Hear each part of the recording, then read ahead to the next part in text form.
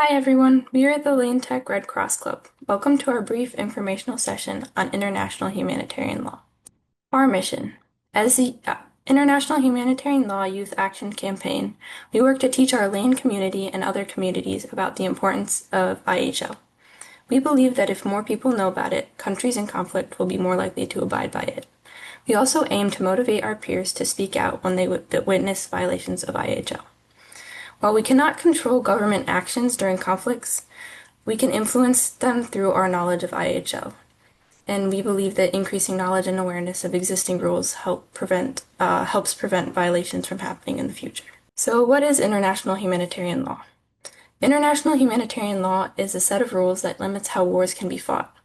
According to the American Red Cross, these rules protect people who are not fighting, like civilians, and people who can no longer fight, like sick and wounded soldiers or those that surrender. So IHL focuses on how to handle conflicts once they've started, and just protect as many civilians as possible. It's not really focused on like preventing conflicts or anything like that. This year, the main topic for the International Humanitarian Law Youth Action Committee is space law. Even though it might not be present in our everyday lives right now, it will become increasingly prevalent as space technology advances. It's also a good way to illustrate basic principles of IHL to others and how they might play out in different scenarios. Because it's a largely uncharted area of IHL, there's a lot of points to debate, and this makes it an interesting topic to discuss. However, this does not mean we are only focusing on the space elements of IHL. General IHL and that of IHL on Earth is always a top priority of the Youth Action Campaign. There are multiple basic principles of IHL.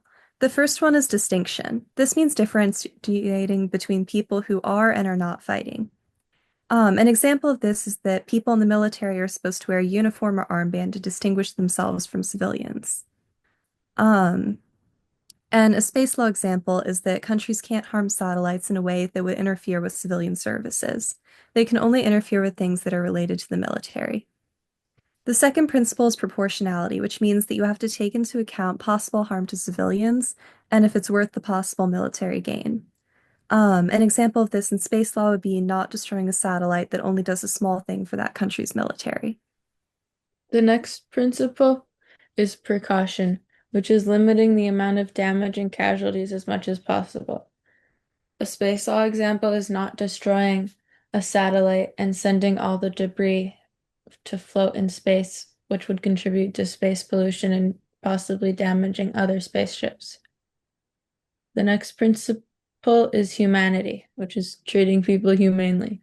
An example is not targeting hospitals or schools with fighting or stuff, and wounded people, including soldiers, can't be attacked.